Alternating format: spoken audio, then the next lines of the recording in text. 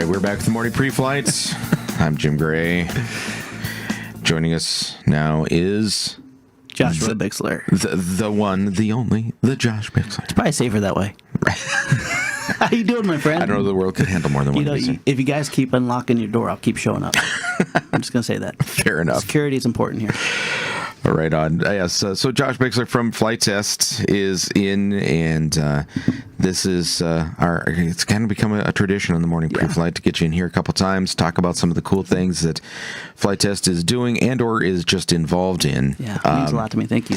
And we love the kind of the position that Flite Fest has in the aviation community. It's like you're like Oshkosh adjacent. That's a great way to put it. And that honestly is incredibly kind for you to say that, because this place has impacted me in such a positive way.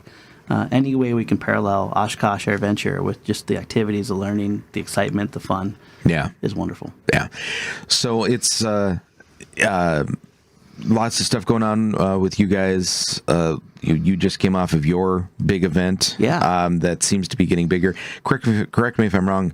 The dates on that moved back just a little bit, right? Yeah, and that's actually thanks to our community. We moved back to the third week of June, and if anyone knows, July weather tends to be a little volatile, right? And in Ohio, just like Wisconsin here, so we moved it back to the third week of June, and that was probably one of the best decisions we ever made, because we have been blessed with the best weather ever since.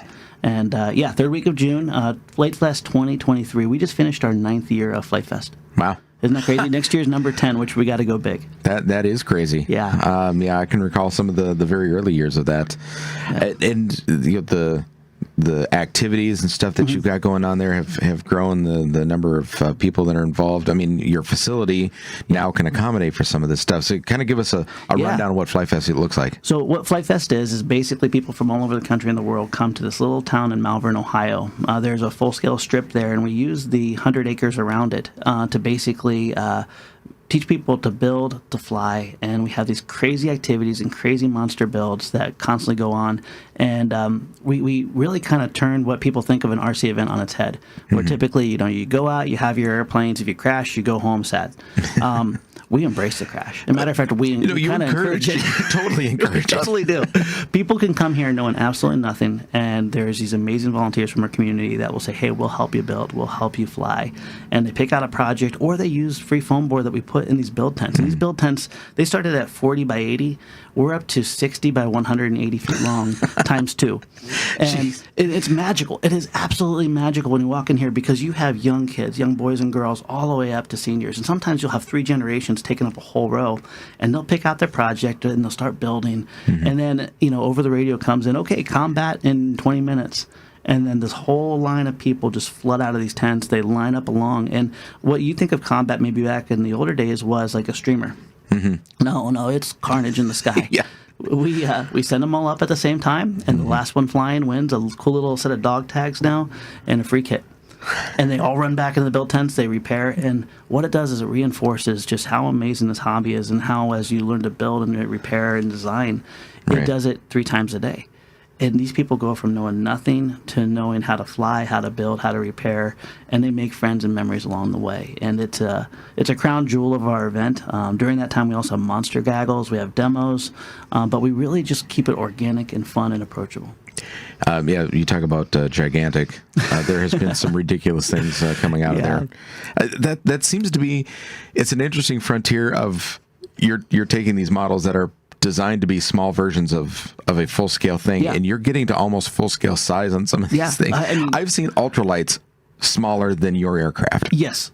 Last year, our good friend Peter, and a lot of times now, it's not just Flite Test driving it, but it's partners and team members driving it. Our good friend Peter Schriepel, he's like, I want to build the largest foam airplane in one day. And he didn't do that in a vacuum. Basically, we went and we cut out all the parts for him, and then these kids and adults just swamped him. And in one day, he had this thing built, and it was 32-foot wingspan. And it flew. It flew like at a walking speed. Right. And this year, he came back and he said, okay, we made, the biggest wingspan, 32-foot wingspan. Let's go ahead and make the longest fuselage. Guess what he went for? It's got to be 30, 40 feet. 32 feet. There you go. So that's a magic number. He started with a 16-foot prototype, and the sad thing is this plane with all these little tiny wings, it looked like a Caprini. and it was amazing. It flew just like a dream. Right. It flew so good. We're like, I think we need to build one of those for Edgewater. And then as soon as it flew, literally he pulled it back into the shop. He's like, okay, cut it in half. Let's make it longer and add more wings. And he did. And then the second day, in typical fashion, he took it up, and it looked like this crazy little centipede wiggling through the air, flying off of 4 little tiny motors, and it flew like a dream. Right. And then he puts it in combat and destroys it. Of course. And it was awesome. There were wings flying off. Like, people were hitting this thing. We thought it was going to just one hit or go down. There were literally wings flying off this plane, but the way they fell off and the order they fell off, it kept flying. And then finally the plane's like, oh, wait, I'm not supposed to be up here. And it just dropped. Right. And everyone cheered.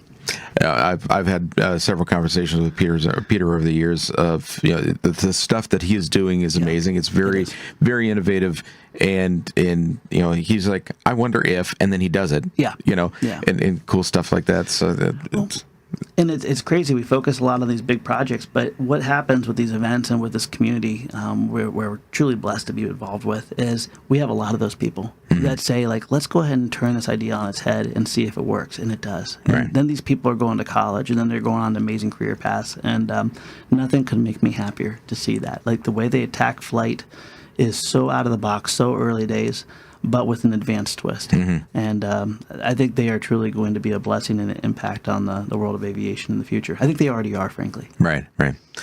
Talking with Josh Bixler of Flite Fest, you've got a lot of things going on in the field. First of all, if anybody wants to check out some of your wares, I believe you're in the fly market. Yeah, right? we are in booth 832, and we're doing something a little different this time. There's a tent out in the front. When I'm there, I want to meet everybody. So, by the way, if you come by and you see me, don't be afraid to come up and say hi. I'll come around the table. I'm building live, because a lot of people last year, they didn't know about Flite Test. They didn't know about this crazy material. So I was like, you know, what better way to show them than to get them involved? So I'm grabbing a kit, and I'm just putting one together, and, you know, hey, come here, grab this glue gun, help me out here. And it's been so much fun. Nice. And then we have the store behind it, and then the rest of the team members, which are just incredible people, are all there too. So Right. Booth 832. And several other events that you're involved in throughout the week. Give us kind of a quick preview on that. Yeah, and this is going to be constantly growing too. We're going to be doing a meetup on Thursday at 1 o'clock at Vans Aircraft. We're going to also then, right after that 1 o'clock, we're going to be going around the corner, and we're going to be doing a live build. Dave Jester, a wonderful team member here, he designed a foam board version of the RV-12IS, which is, we'll probably get this in the future, a plane that we're going to be building. So we're going to be doing that. I believe we're going to be doing a meetup at Pilot Institute or some activities with them, and it'll constantly be going. We have an amazing app that we're going to be doing push notifications, so if anyone wants an app, they can get everything Flite Test right at the palm of their hands for Android or Apple. Just type in Flite Test. Nice. I was actually going to ask you about the app, because I saw in one of the videos that you posted saying, coming to Oshkosh, check out the app. And I'm like, I honestly didn't know that the app was a thing. What's going to be there? So it's really cool. Like, the problem with Flite Test is when you try to describe it, you need a really tall elevator. So we don't have one channel. We actually have 4 video channels, from education to entertainment to lifestyle, etc. But then we also have the articles, and we also have a lot of the other features, and we also have some really cool things built in called the logbook, and an area where you can do challenges. And what we want to do is we want to give people the ability to share memories, to capture memories, to engage with the community.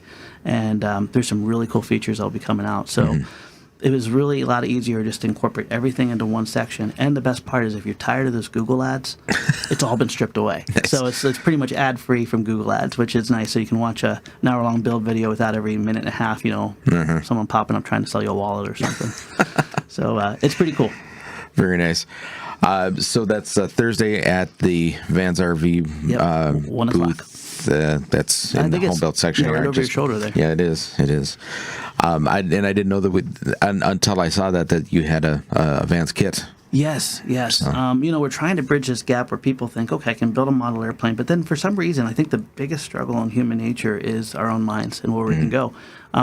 We want people to understand, if you can build a model aircraft, you can build a full-scale aircraft, a full-size one. And, you know, this kind of ties into Partners of Purpose, but bridging that gap, Vans stepped up in a huge way. And they also know our desire to really start impacting. And as people want to get into general aviation, we want to be part of that story too. You know, flying is fun, being around aviation is fun, but there's nothing compared to giving people a taste of flight, whether it's in model aviation or general aviation. Right. We want to do that too. And so we're going to be building a Vans Aircraft RV-12IS and bringing people along that journey to kind of break down those mental barriers. And I've never touched metal in my life.